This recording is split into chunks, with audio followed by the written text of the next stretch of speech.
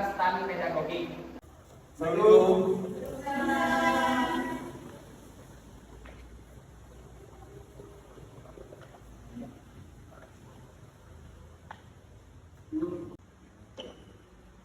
Mbak, ini stand apa Mbak? Ini stand pedagogik. Apa Mbak pedagogik itu? Pedagogik adalah suatu ilmu yang membahas tentang pendidikan anak. Oh, jadi dalam pedagogik itu adalah stand tadi kan? Ya, Saya masih bingung yang tentang konsep dasar perkembangan. Pengertian dari konsep dasar perkembangan itu apa Mbak? nah konsep dasar perkembangan itu yaitu ada dua ya.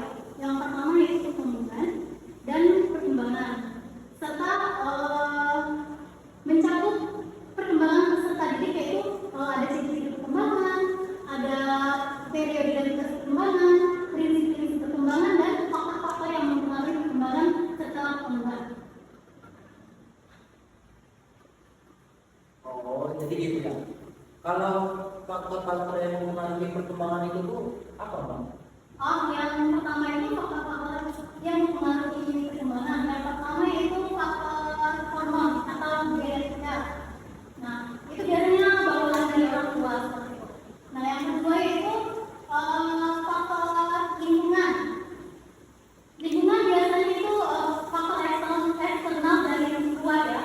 Seperti misalnya kita di sekolah, kita bertemu banyak teman, terus juga bertemu guru.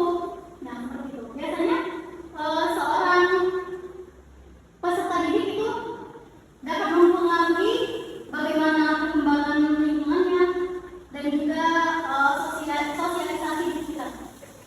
Yang ketiga yaitu perkembangan proses perubahan kualitatif dan kuantitatif individu dalam konteks kehidupan sehari-hari. Jadi seperti itu. Oh, terima kasih Mbak karena telah menjelaskan banyak dan kurangnya saya sudah tahu. Atas penjelasannya terima kasih. Ya, sama-sama.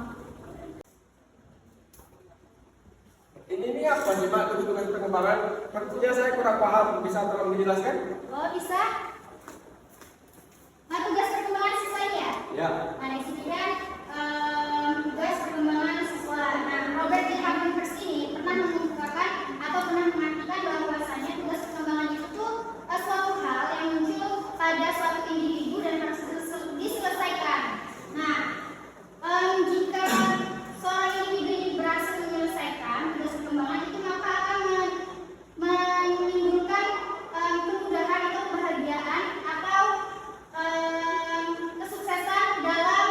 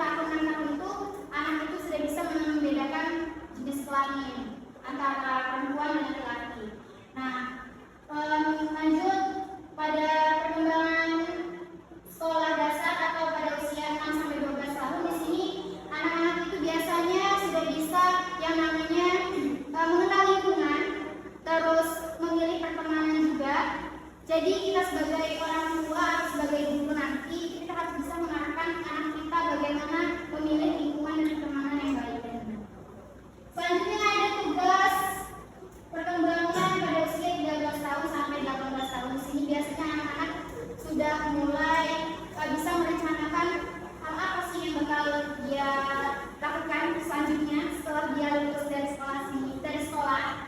Dan kita juga sebagai seorang guru harus bisa mengarahkan anak-anak itu kelak dia sehabis lulus dari SMA dia harus masuk apa atau dia harus bekerja apa sesuai dengan skill yang dimilikinya. Terus sudah gitu ada pada usia 20 sampai 40 tahun biasanya ini dilakukan anak-anak kuliah. Di sini udah bisa yang namanya tugas perkembangannya yaitu memilih pekerjaan dan harus memikirkan bagaimana kedepannya dia untuk masa depan. Contohnya kayak rumah tangga itu harus sudah bisa dipikirkan juga. Jadi kalau misalkan kita isu-isu di masih umur 20 tahun udah nikah salah. Karena di dalam tugas perkembangan itu umur 20 tahun sampai 40 tahun sudah bisa memikirkan tentang pernikahan, tentang rumah tangga dan masa depannya. Terus sih Mas Dwi. Ya, Pak, apakah ada faktor-faktor yang mempengaruhi perkembangan ini? Nggak ada nggak, Pak? Oh, dari tugas perkembangan itu ada. Biasanya kalau misalkan yang mempengaruhi tugas perkembangan siswa itu kan yang pertama masih keluarga, yang kedua pasti lingkungan, yang ketiga pasti pergaulan. Nih, contohnya ya, saya beri satu masalah dalam tugas perkembangan. Paling banyak di lingkungan kita atau yang sering kita lihat di sosial media kita pasti ada yang namanya seseorang itu tidak bisa yang namanya menjaga jenis kelaminnya atau bisa dibilang melenceng. Jadi banyak yang kayak laki-laki berperilaku atau berpenampilan seperti perempuan. Terus dari itu perempuan juga kadang berperilaku atau berpenampilan seperti perempuan. Nah itu faktornya adalah orang tua. Makanya kita nanti sebagai orang tua atau sebagai seorang guru itu kita harus bisa mengarahkan dari sejak dini. Ini anak ini harus berpakaian, berpenampilan, dan harus berteman itu sesuai dengan jenis kelaminnya. Jangan sampai nanti kayak yang seperti saya bilang tadi. Terus kalau misalkan dari pergaulan, biasanya kalau misalkan kayak ya yang laki-laki ini, kan kebanyakan kayak bencong ya Mak, ngomong bencong. Itu biasanya karena dalam pertemanan circle dia di dalam laki-laki ini dia sering dibully. Nah, jadi itu Mas mungkin penjelasan dari saya tentang tugas-tugas perkembangan siswa. Jadi kita sebagai ya juga kita sebagai seorang guru amin ya. Jadi kita harus bisa mengarahkan nantinya anak kita itu ke jalan yang lurus dan benar, jangan sampai timbullah masalah-masalah yang sehingga dia tidak bisa menyelesaikan tugas perkembangannya. Oh, jadi itu ya. Apa pengertian dari tugas perkembangan siswa? Iya. Lebih kurangnya saya sudah paham. Terima kasih kepada Mbak Dini telah menjelaskannya. Mungkin itu saja yang bisa saya pertanyakan.